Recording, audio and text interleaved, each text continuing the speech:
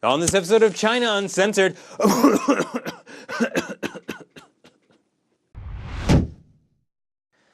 Hi, welcome to China Uncensored. I'm your Surgeon General's warning, Chris Chappell. You know, China has gotten a reputation for making and exporting toxic goods. Toxic milk, toys, purses, it's a big list. But there's another toxic product that China makes that you might not be aware of. One that you see every time you go to your corner market, bodega, or grocery store. Cigarettes. 42% of the world's supply of cigarettes are made in China. And here's the thing about China's tobacco industry. It's owned, operated, and regulated by the Chinese government. Think about that. The Chinese government is selling one of the most addictive and deadly drugs to the world and making a fortune off it. And I bet you didn't think the tobacco industry could get any more evil. In 2010, Beijing's biggest single source of tax revenue came from cigarettes, $75 billion worth.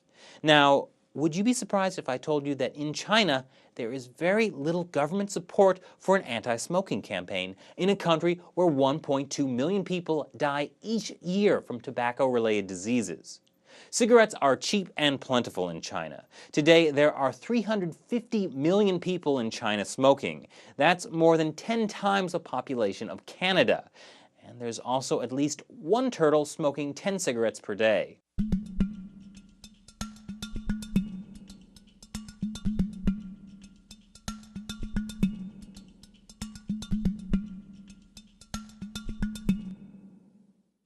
And according to the World Health Organization, that means by 2050, the yearly death toll from tobacco will increase to 3 million.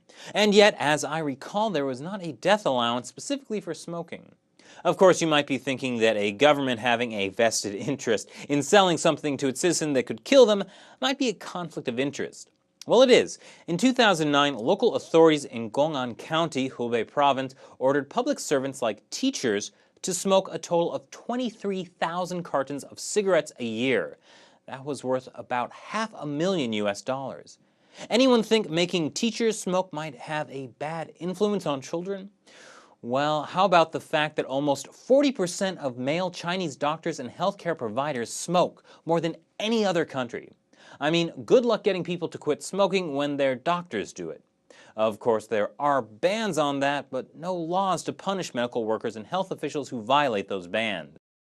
Instead, the media is supposed to act as a watchdog. Yes, it's China's state-run media's job to crack down on China's state-run hospitals for smoking China's state-run tobacco industry cigarettes. Is it really a wonder that cancer is the leading cause of death in China and that lung cancer is the leading cancer? Of course, it doesn't help that half of China's rivers and more than 3 out of 4 lakes and reservoirs are too polluted to safely drink, and people drink out of them anyway. But, I mean, really, there's no reason to smoke. You could just take a walk through Beijing. And remember, smoking-related deaths don't just include people who smoke. Of the about 1 million people in China who die each year from smoking-related diseases, 1 in 10 of those aren't actually smokers. They're just people who have been sucking up everyone else's secondhand smoke. Now, of course, this doesn't mean China has done nothing to combat smoking. In 2011, China's State Administration of Radio, Film, and Television ordered limits to the amount of smoking that goes in TV and movies. Except that didn't happen. According to the Chinese Association on Tobacco Control, in 2013, 21 of China's 30 top-rated TV dramas had smoking, with an average of 2 scenes with smoking per episode. And 29 of the most popular movies in 2012 had smoking, with an average of 14 scenes per film showing smoking. There was also a law that required all hospitals to be smoke-free by the end of 2011, but as of this year, only 40 out of more than 20,000 hospitals have banned smoking inside. But what about the children? Children are our future, right?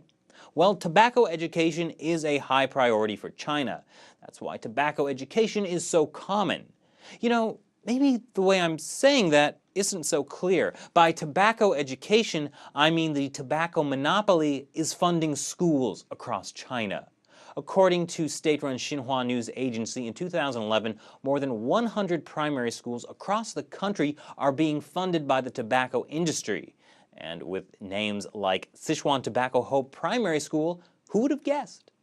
And it doesn't stop there. China's state-run tobacco funds 42 primary school libraries in Xinjiang, 40 in Tibet, and even has given a 10 million yuan donation to a 2010 Healthy Mothers campaign, according to a report by Yang Gonghuang, a former deputy director of China's Center for Disease Control and Tsinghua University professor Hu Anggang. But I mean, there's no way the tobacco industry would abuse its position funding schools, right? On the bright side, since the tobacco monopoly needs young customers to stay in business, since so many of their longtime customers are, well, dying, maybe we'll see an end to China's one-child policy. But this affects the rest of the world too. 2.2 trillion. That's the number of cigarettes smoked in China per year. Trillion, 12 zeros. Now, since China has a tradition of bootlegging as well, fake Apple stores, fake Disneylands, fake Parises, cigarettes aren't an exception. It's estimated that 400 billion fake cigarettes are smoked in China. It's such a lucrative business that in Yunxiao, a county in South China, about twice the size of New York City, has over 200 underground counterfeit cigarette operations. And by underground, I mean literally underground. Now, these fake cigarettes are indistinguishable from the real thing, except they usually contain 80% more nicotine, 130% more carbon monoxide, and the occasional insect eggs and human feces. And as I've said, China manufactures 42% of the world's cigarettes. That includes the fakes. So if you happen to smoke, quit, or if you won't, the next time you're taking a drag off your favorite cigarette, remember to ask yourself, is this the real thing, or one of China's poop sticks? Thanks for watching this episode of China Uncensored. If you want more, check out China Uncensored's Facebook or Twitter page, and check back again tomorrow for another new episode. I'm Chris Chappell. See you next time.